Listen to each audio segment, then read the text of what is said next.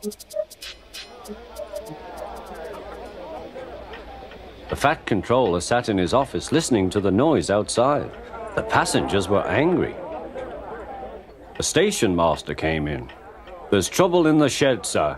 Henry is sulking, there's no train, and the passengers are saying this is a bad railway." "Indeed," said the Fat Controller, "we cannot allow that." He found Gordon, James, and Henry looking very cross. "Come along, Henry, it's time your train was ready." "Henry's not going," said Gordon. "We won't shunt like common tank engines. That was Thomas's job. We are important tender engines. You fetch our coaches and we will pull them. Tender engines don't shunt." "Oh, indeed," said the Fat Controller. "We'll see about that. Engines on my railway do as they are told." And he hurried away to find Edward. The yard has never been the same since Thomas left to run his branch line, he thought sadly. Edward was shunting. "Leave those trucks, please, Edward," said the Fat Controller. "I want you to push coaches for me in the yard." "Thank you, sir, that will be a nice change." "That's a good engine. Off you go, then."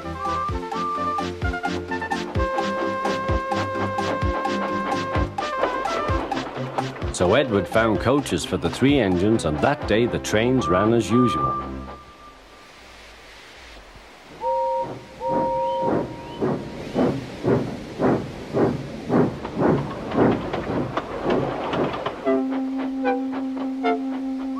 But next morning, Edward looked unhappy.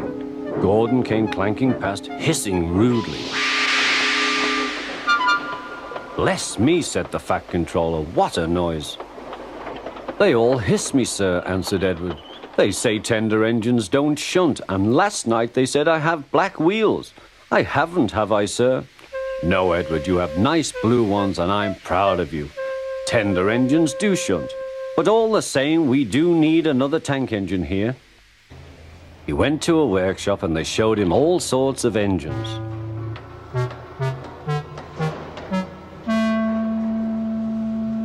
At last he saw a smart little green engine with 4 wheels.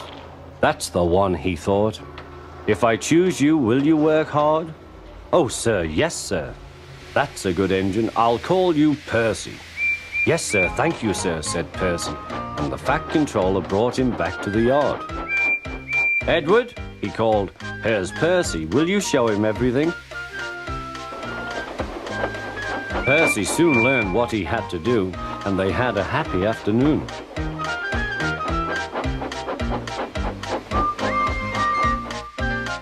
Then Henry came by, hissing as usual. "Chee!" went Percy. Henry jumped and ran back to the shed. "How beautifully you wheeshed him," laughed Edward. "I can't wheesh like that." "Oh," said Percy, "that's nothing. You should hear them in the workshop. You have to wheesh loudly to make yourself heard." Next morning, Thomas arrived. "The Fat Controller sent for me. I expect he wants help," he said to Edward. "Shh, here he comes," replied Edward. "Well done, Thomas. You've been quick. Listen, Henry, Gordon, and James are sulking. They say they won't shunt like common tank engines. So I have shut them up, and I want you both to run the line for a while." "Common tank engines, indeed," snorted Thomas. "We'll show them." "And Percy will help too." "Oh, sir, yes, sir. Please, sir," answered Percy. Edward and Thomas worked the main line, greeting each other as they passed by. Percy puffed along the branch line. Thomas was anxious about Annie and Clarabel, but both driver and guard promised to take care of them.